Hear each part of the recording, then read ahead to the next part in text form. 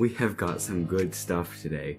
We've got iPhone SE 2, Apple Tag, Apple Glasses, Apple Watch, a bunch of stuff about the September 10th event, so let's just get right into it. I'm Skylar, let's get started. So, the iPhone SE 2 is going to be a 4.7 inch display like the iPhone 7 and 8. So we're talking like this. It's got LCD display just like all pre-iPhone 10s. So like this iPhone 7 right here. Same size display. It will probably have the A13 chipset or A14 like the iPhone 11 or the 2020 iPhones. It will maybe use Face ID, maybe use Touch ID. We don't really know. But because it's so similar to the iPhone 7 and 8, I do foresee being in a situation of Touch ID. Because it's very similar to the situation we were in with the original iPhone SE. This will be a phone that's a couple years old, and it will be an updated design of it. Just like for the SE, they took the 5 and they updated it with like basically a new processor. So I predict basically an iPhone 7/8 with a better processor for the SE. Release date we don't really know about. It could be 2020, could be 2019, although 2020 is what it says in the article title, but that's all it says about it in the article. So take that loosely. But I would say an iPhone SE is coming at some point because we've heard so much about it, so many leaks. And this right here is a pretty solid leak on this front. So at the moment, iOS exploits are actually, like really cheap. I mean, in the millions, but relatively cheap. And that is because there's a lot of them on the market right now. Now, although this is a saturated market more than normal, apparently they're not all big security risks. And it's not a super big deal. So I wouldn't worry too much about that, as Apple tends to get security patches out pretty quick and they fix things pretty early on. So I wouldn't worry too much. Now let's get into something really good. We've got Apple Tag, and we've got a lot of good Apple Tag news here. So let's start with the design. So we're looking at a circular design like this, which we see right here. And this, which we see right here. These are both things found in iOS that show a circle with a Apple logo in the middle. Now, we can't be sure that this will be the design, but it is a possible design and a really likely design too. And a good design. I really like the look of this small circular device, like the tile, for tracking your items. Now let's take a look at what that will look like on iOS 13. So this over here is my iOS 13 test device.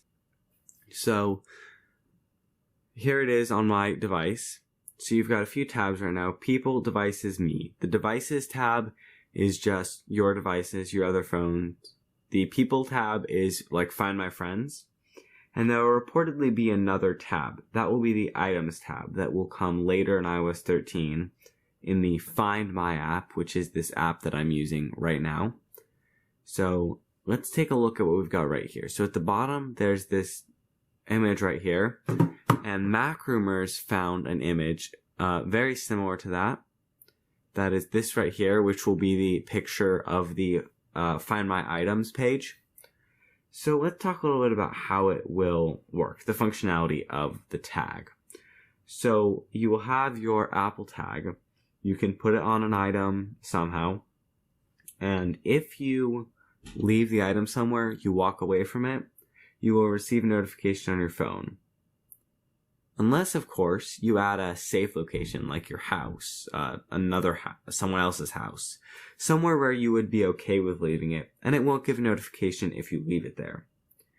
You can also put the item into lost mode, like you can do with all of the iPhones on iOS 13.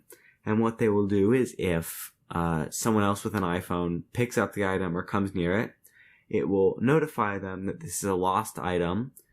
So if I lost my pencil, and say they pick it up, they get a notification on their device.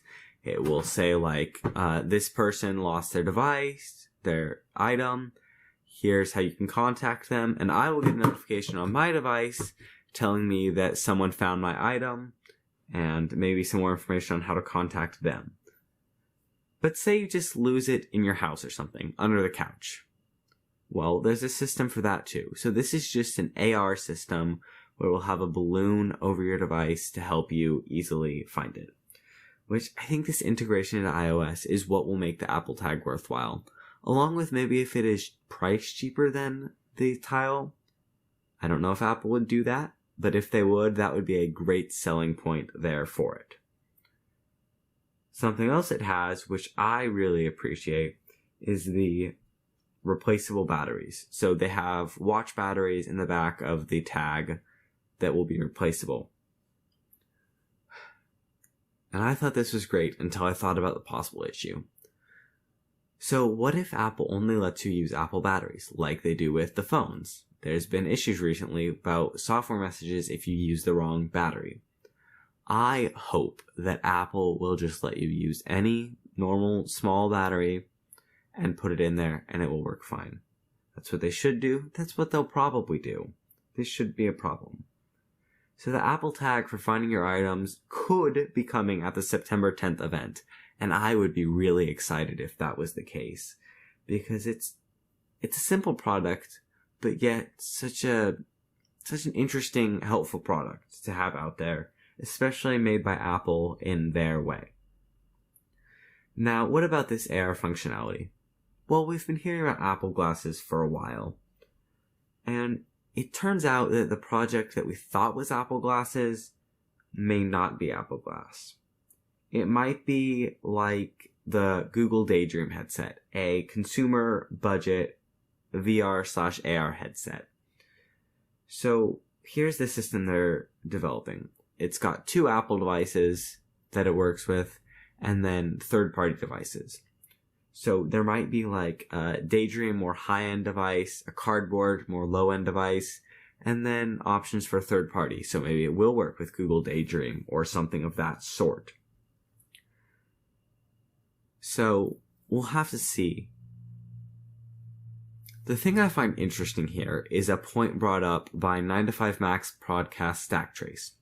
So they said that maybe this is just a sort of developer device, so people can develop apps and features for the AR platform. That way when Apple releases their glasses, there will be stuff out there, and these will also remain as a budget option. So that could be certainly interesting to see. Let's move on to sleep tracking. This is something really exciting on the Apple Watch.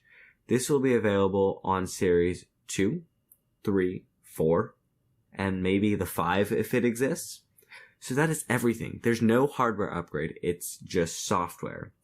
And this could also be announced at the September 10th event, which will be really nice to see.